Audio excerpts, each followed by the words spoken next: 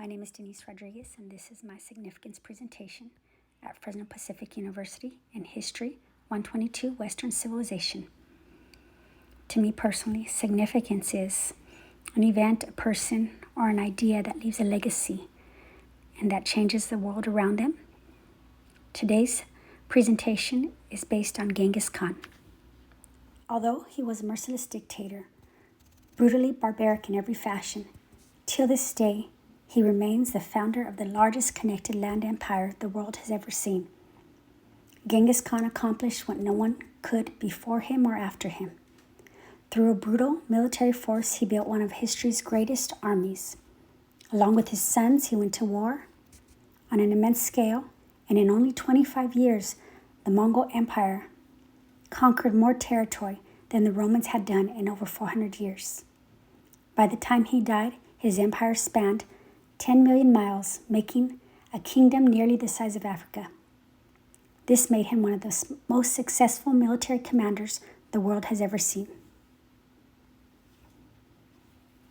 Much of his passion for war and blood can be traced back to his childhood and upbringing. From an early age, Genghis was forced to contend with the brutality of life as a Mongolian nomad. His father died after being poisoned from rival villagers when he was only 9 years old, which left his mom to raise 7 children alone. He grew up hunting and foraging to survive. As a teenager, a rival clan abducted him and his young wife, making him a slave before he was able to escape. Despite these hardships, by his 20s, all that he had experienced had made him into a warrior and leader. Led by Genghis Khan, the Mongols attacked and killed what is likely equated to 11% of the world's population at that time. An estimated up to 40 million died during his conquers and sieges. Where he and his armies went, they conquered and embraced the diversity of the newly dominated territory. After he gained control over his city, he passed laws declaring religious freedom and tax exemptions to places of worship. He knew that happy subjects were unlikely to rebel. The great Khan had a personal interest in spirituality.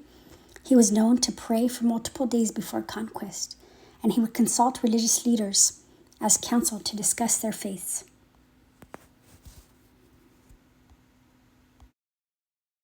The Mongols' most powerful weapon might have been their vast communication networks. One of his most well-known decrees was the formation of a courier service known as a yem. This was a routing road set up from one end of the empire to another, allowing for rest stops at well-organized houses. This system allowed for goods and information to travel and spread at good speed. Under Genghis Khan's rule, a sophisticated society paved the way for modern civilization. The Mongols disregarded race, ethnicity, and class, creating a society based on meritocracy, where individuals were rewarded on ability above talent. They also practiced religious tolerance, allowing the Mongol Empire to become one of the most diverse in history.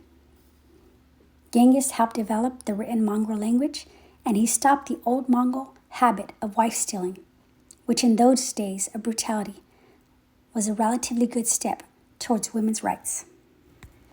In 1227, Genghis Khan died with much speculation. The traditional account states that he died from an injury he sustained on a fall from a horse.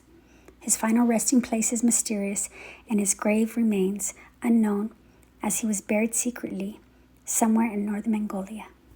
Genghis Khan is now seen as a national hero and founding father of Mongolia. The great Khan lends his name to the Mongol nation's main airport, and his portrait currently remains on Mongolian currency.